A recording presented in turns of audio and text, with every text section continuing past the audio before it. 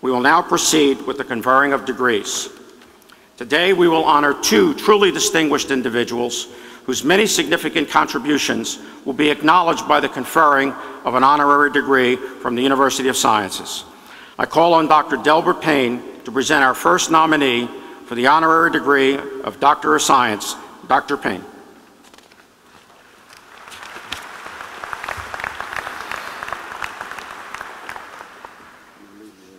Okay, leave it right there.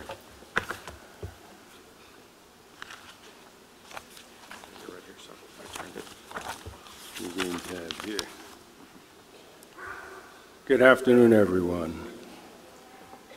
Mr. President, I am pleased to present Mary Louise Tigue Andersen.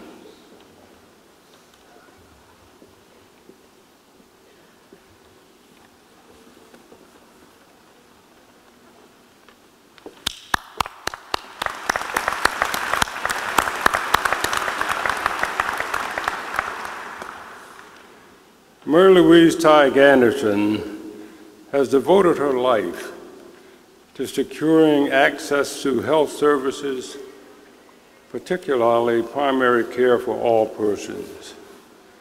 Mary Louise Tigue graduated from the Philadelphia College of Pharmacy in 1952 and joined the family of pharmacy practice in Wilmington, Delaware.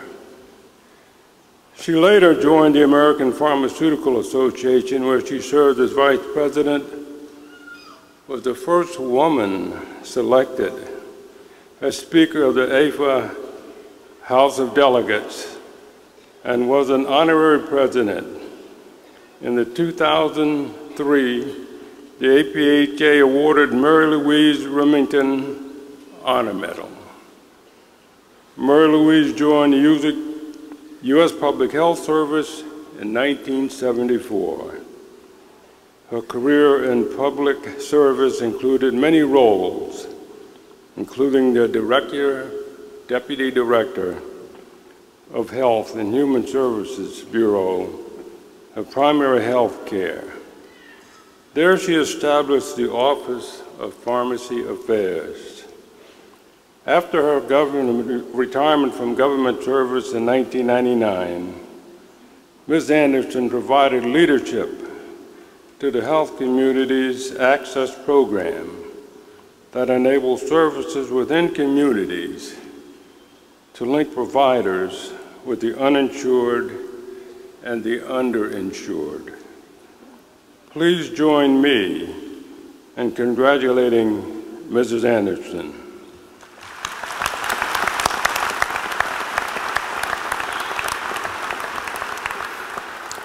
On the recommendation of the nominating committee, with the approval of the Board of Trustees, and by virtue of the authority granted this institution by the Commonwealth of Pennsylvania and vested in me, I confer on you, Mary Louise Tigue Andersen, the degree of Doctor of Science honoris causa, with all the rights and privileges pertaining thereto, and testimony thereof. I ask that you be invested with the hood symbolic of the degree and present you with an official diploma. Dr. Andersen. Thank you.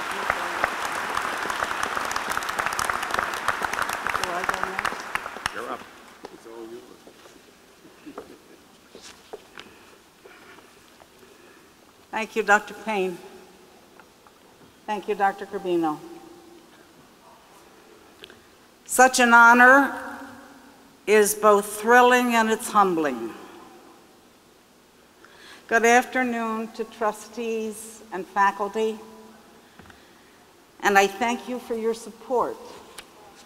And thanks, Colleen Ryan, for all the little work you did for me.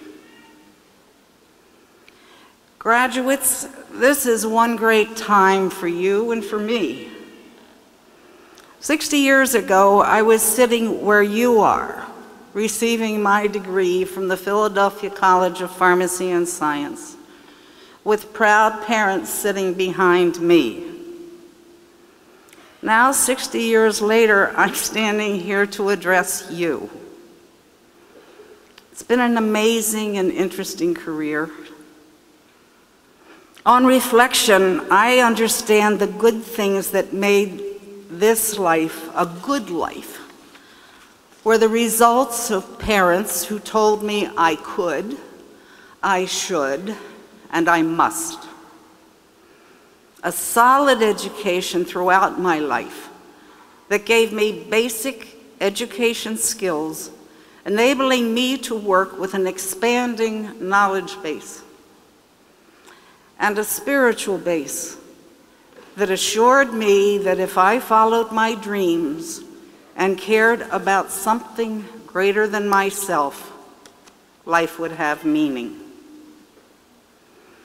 My first professional steps were to be the best pharmacist in my community that I could be.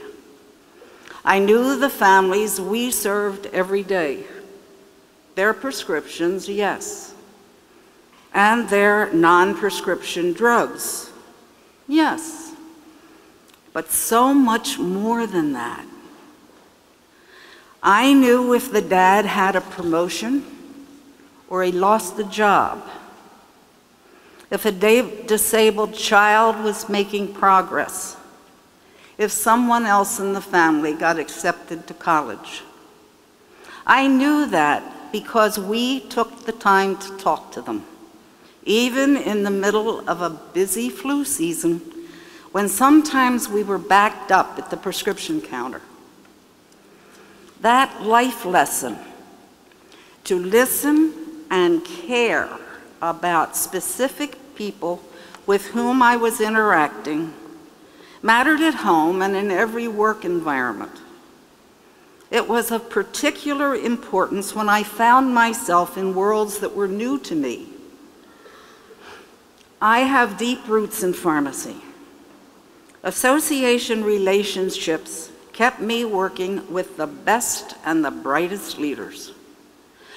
These smart leaders exposed me to the broader world of healthcare and the restless, emerging health system leaders that were challenging the status quo. I was a woman pharmacist in a male-dominated physician system, and other professions were subordinate players. Time for a change. And who could help do it? The next generation. And they did. The health professions are now educated together and have learned to work in teams of shared information. Information systems allow them to communicate in real time among themselves. This evolution is going on each day, and a new restlessness is afoot. And you need to be ready, because the changes that began are fledgling to the new decades that are ahead of you. The current political debate about our system for financing health care for all Americans have only opened the broader debate about the really big issues that underlie financing. This is not the speech to engage in deeper matters, but to challenge you to be more willing to think about and decide that you will be leaders in those discussions and in those decisions. You are entering a time between the no longer and the not yet. It can be an exciting time if you look at life that way. I was exposed to health system issues and the disparity of health outcomes among some populations in America. I wanted to serve in that arena. My health professional degree provided the access for a career in federal government. In every situation, Appalachia coal towns with miners who suffered from black lung, barrios where mothers were afraid of family planning, some hoods where the real issue is gun violence, Indian reservations where prescription labels had to be written in sign language. The following things were common to each of them. No health professional could do it alone. We needed each other.